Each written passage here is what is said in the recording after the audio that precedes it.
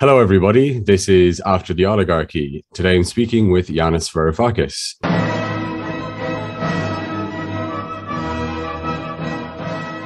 Yanis Varoufakis is the former Greek finance minister, a professor of economics, co-founder of DiEM25 and the Progressive International, leader of Mera25, and a member of Greek Parliament. Today's conversation is in association with Meta, the Centre for Post-Capitalist Civilization, and the topic is Yanis's latest book, Another Now, published in 2020, which presents a vision of a post-capitalist society.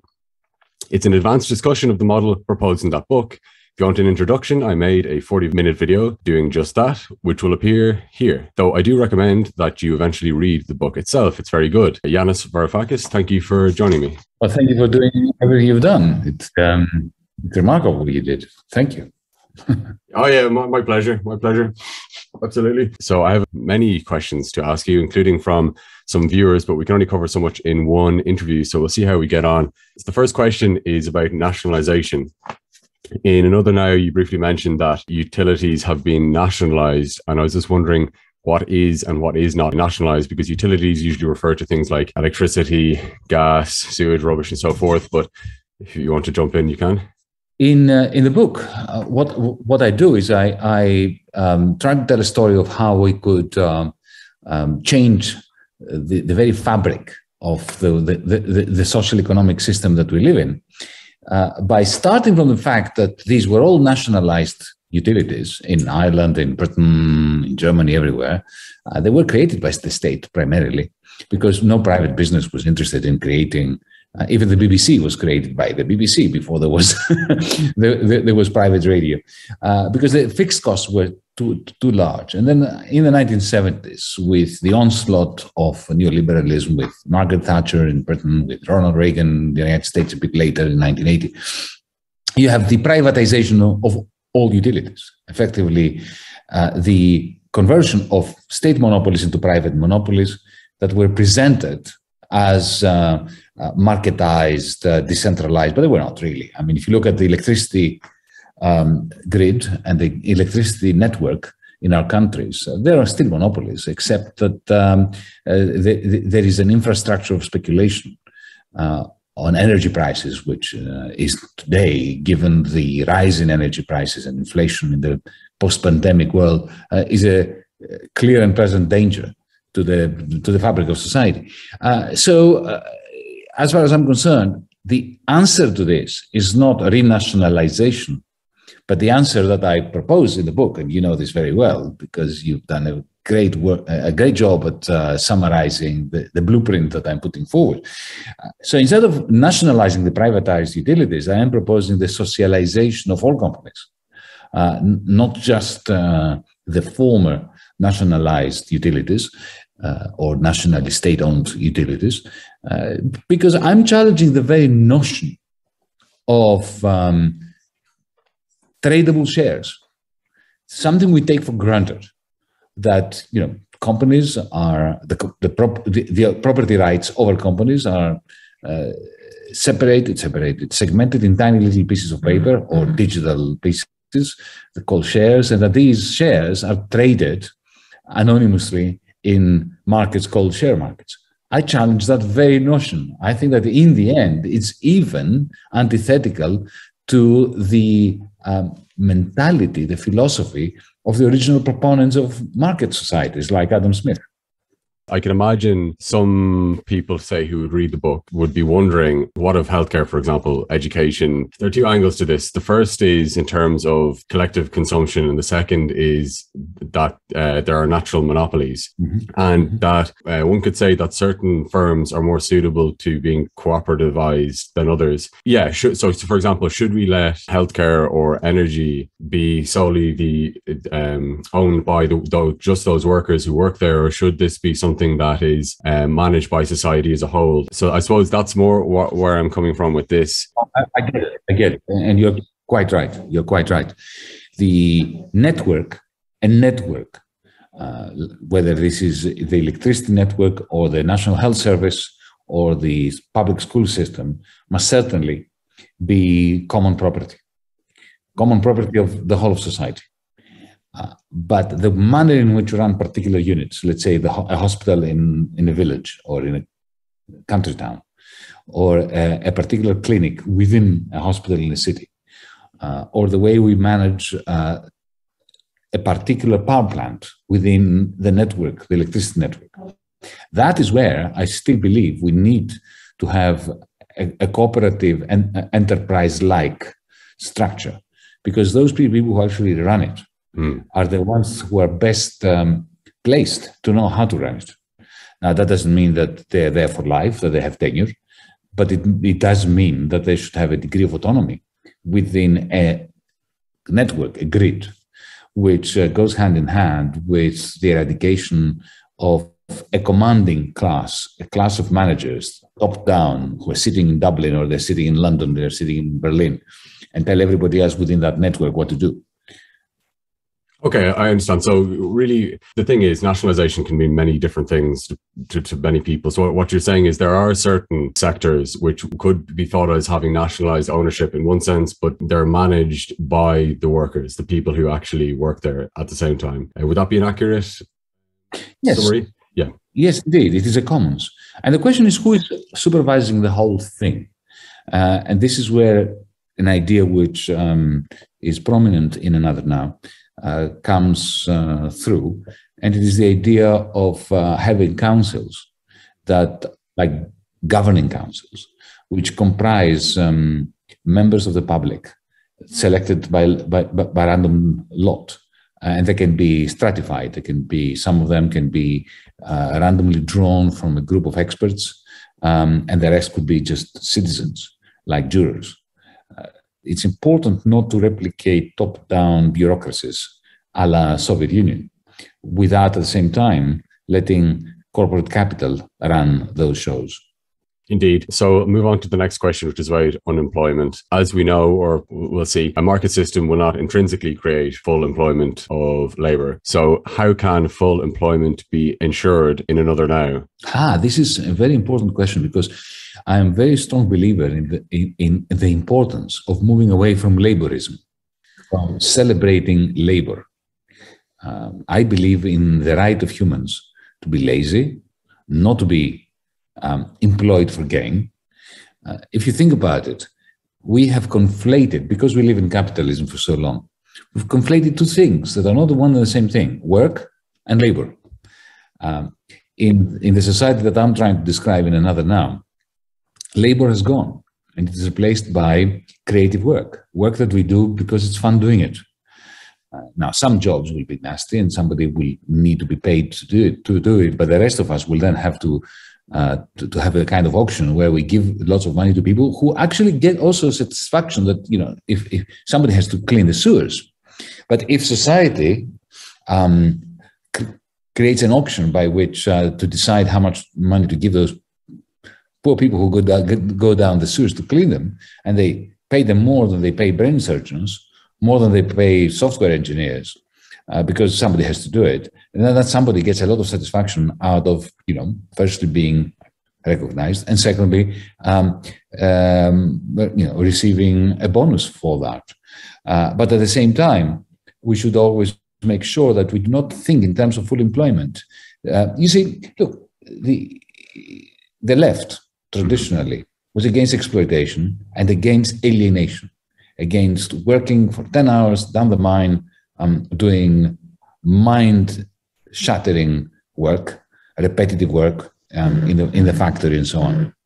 But then at some point, maybe because of the great psychological shock of the Great Depression in the 1930s, suddenly the left, the only thing we care about is that everybody should be working down the mine in the factory, and as long as they're fully employed, then everything is hunky-dory. No, it's not.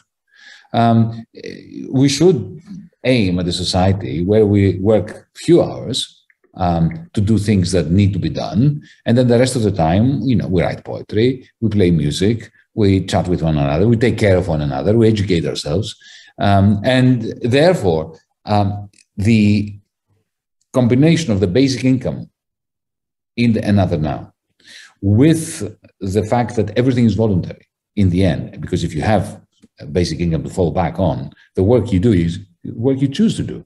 So it's no longer soul destroying. There are no longer bullshit jobs, as David Graeber described them. Okay, let me play devil's advocate. So I can imagine that there will be many left-wing socialist listeners hearing that, nodding along, thinking, okay, I fully agree, unalienated labor, creative work, no bullshit jobs. But then they would ask, it sounds nice to say that, but there will be people in this society who have the basic income, they have the legacy payment, but they've also got paid employment in a firm engaged in commodity production or whatever, receiving a salary. And so for the people who don't have jobs, they're going to be at a disadvantage in comparison to those people because they're only going to be relying on the dividend and the legacy. So the question is that question of inequality, and also how are these people going to be able to buy the things that they need to be fully included within society? I suppose part of this is a question as well about how large the dividend is, but it's not all of it. Indeed. Whether it gives you enough outside options. Options outside the business sector. That is the key question.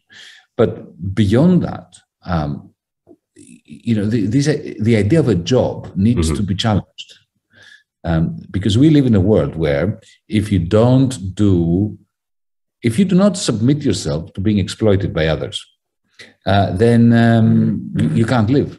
This is the world we live in. This is capitalism. But in the world that I'm trying to describe and the blueprint that I was putting forward and putting together, that is no longer the case. And remember, the people who work in another now in corporations under what I call corporate syndicalism, they don't work for somebody else, right? They are co-owners of what they're working in. Now, who stops anyone from creating such an enterprise? Everybody has a legacy.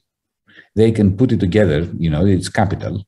They can put it together and create anything, any outfit that gives social care, that creates a comedy store, that provide entertainment services, care to their community. So suddenly, this idea that either you manage to convince some capitalist to exploit you, so as to be able to go and spend money in the high street to buy stuff, and to have a social standing that you wouldn't otherwise have. That simply goes away. It's another way. It's we need to reconceptualize social status. Okay, I don't want to stick on this for too long, but I suppose I again, playing devil's advocate, would come back to that and say, yes, but the legacy will eventually run out, and a firm which is selling products must have enough demand and so forth. And I suppose I'm raising the issue of, can a market system actually provide full employment? Oh, well, so you're saying that there isn't. But, back to William.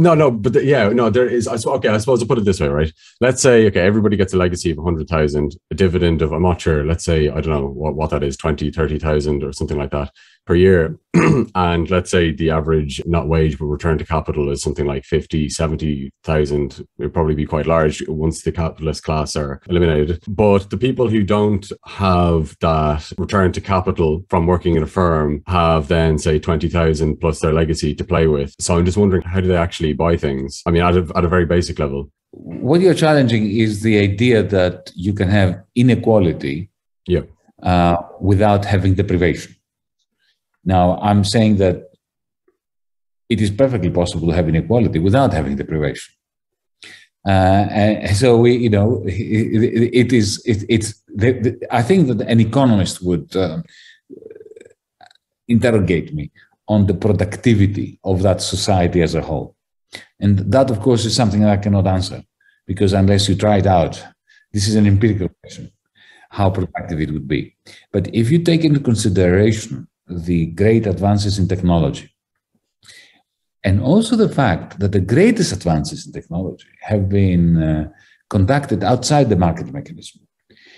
If you think about it, the most significant software design these days comes from cooperative enterprises, from Linux, for instance, where people are staying at home, we have a computer, they improve software, they put it out there and they're not selling it, they are acting collaboratively. And the result of this, millions of ants adding the little bit of technological innovation to this open source system results in a remarkable increase in productivity. Now, what holds us behind today is that you have Microsoft, you have Amazon. They take the Linux software and they monopolize it, and they create huge rents for themselves out of that. So my hope would be that in a society where the Microsofts and the Amazons and the Googles are no longer unicorns, they're no longer gigantic demons like they are today, because they will simply belong to workers now. And therefore, they will not have the capacity to gain the huge power that central bank money gives them today. Then suddenly, the whole of society's productivity is going to be so high that we're not going to be having the same conditions of scarcity that we have and we take for granted today, because scarcity today is a product of capitalism. Capitalism by liberals is presented as the solution, the cure for scarcity. I reverse that. I claim that scarcity is baked into the system today. If I were to crudely summarize that into one sentence, I think, say, the kernel of what you're saying there in relation to unemployment is that a given income would represent a share or a much larger share of a much larger social product. Would that be fair to say? That's right. And there will be plenty of opportunities for people to become engaged in work that is fun and soul enhancing, as opposed to soul destroying. And people will not be thinking of it in terms of, do I have a job, don't I have a job? If you look today at communities, especially during the pandemic made people do a lot of things for one another. Did they have a job when they were, checking on their neighbors during the pandemic? Was that a job? It was work. Was it a job? It wasn't a job. It was work. Yeah. You're envisaging a large social sector, a non-state, non-market sector as well. Would that be an important part? Absolutely. Yeah. Okay. Absolutely. And remember, the local communities will have the opportunity to fund social enterprise sectors and zones by auctioning off the commercial zones. Indeed. How can a market society overcome climate catastrophe? If it's not capitalist, it can. Because remember, in the blueprint that I drew out in another now, to begin with, nobody has an incentive to bend the will of governments and local authorities in order to destroy the planet for private profit.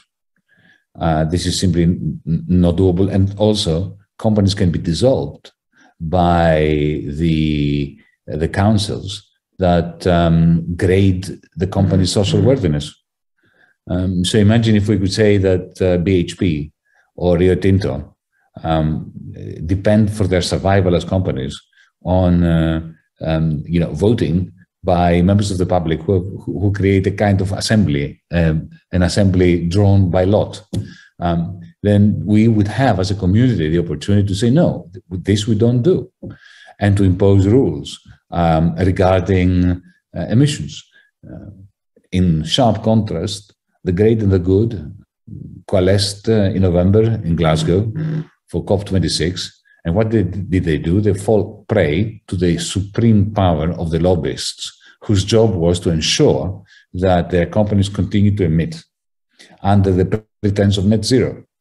That would not happen in a world governed according to what's in another now. Different question. So about finance, there are interest payments in another now, both from the central bank and accruing to private loans. Is all interest simple interest, or is there compound interest too? Because you say that the credit unions would charge a fee for loans, which would appear not to be compound interest. So just wondering. No, it would be, credit unions would there would be a combination of, but there's nothing wrong with compound interest, as long as it is not predatory lending.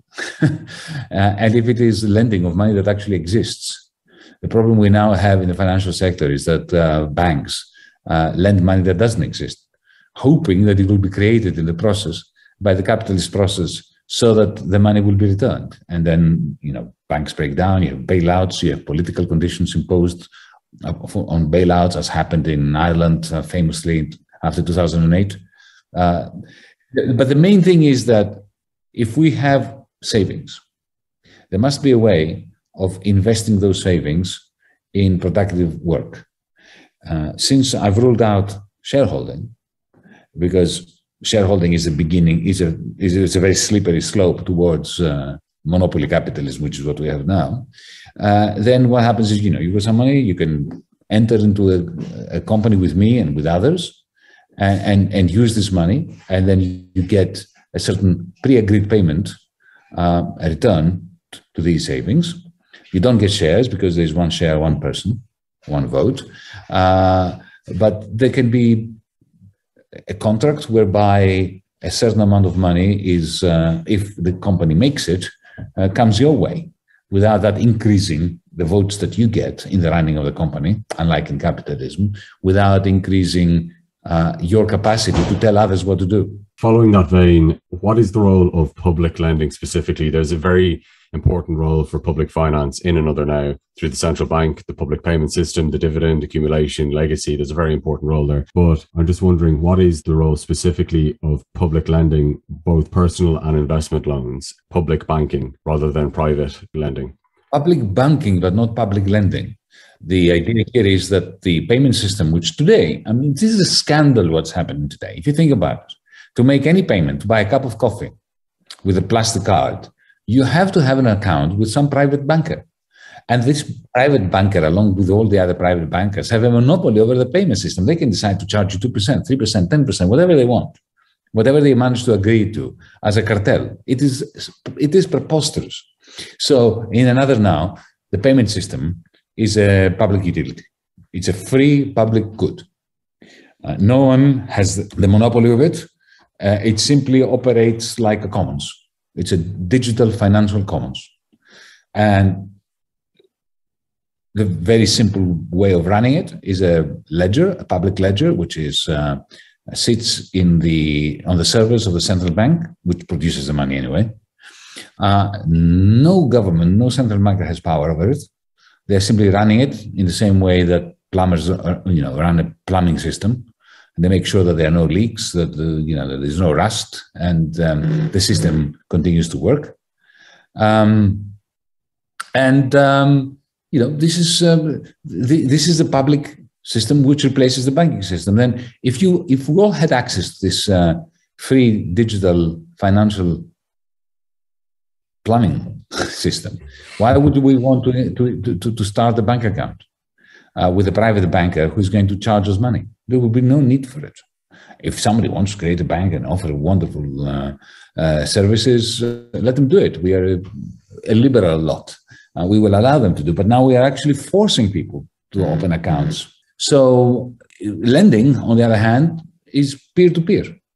Those who have savings that they want to lend, they can do it using this public infrastructure.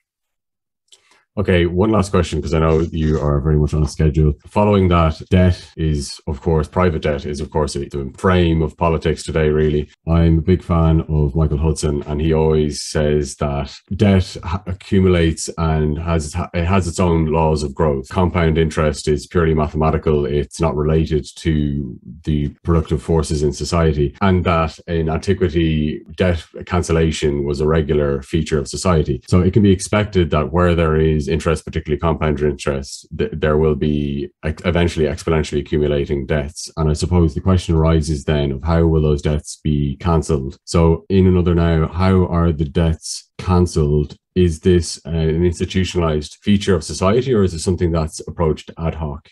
In my more optimistic moments, I imagine that a society and an economy like Another Now would simply not have this problem. And the reason why I'm saying that is this. From the antiquity onwards, from the Assyrian Empire to today, the problem has not been compound interest. The problem has been asymmetrical power over means of production. So the landlord who controlled the land, under capitalism, the capitalist who controls machinery, with the digital information technologies, Google and Facebook, who control the flow of information, the vector of information.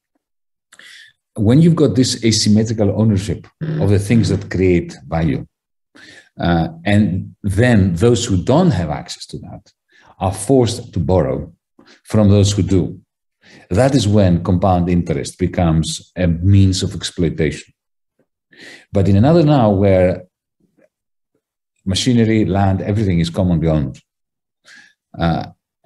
and the only degree of inequality, and therefore difference between the savers and the non-savers, are one, age, and the older you are, the more you have, because you have accumulated your bonuses and so on, age and a degree of entrepreneurship, which allows a little bit of inequality.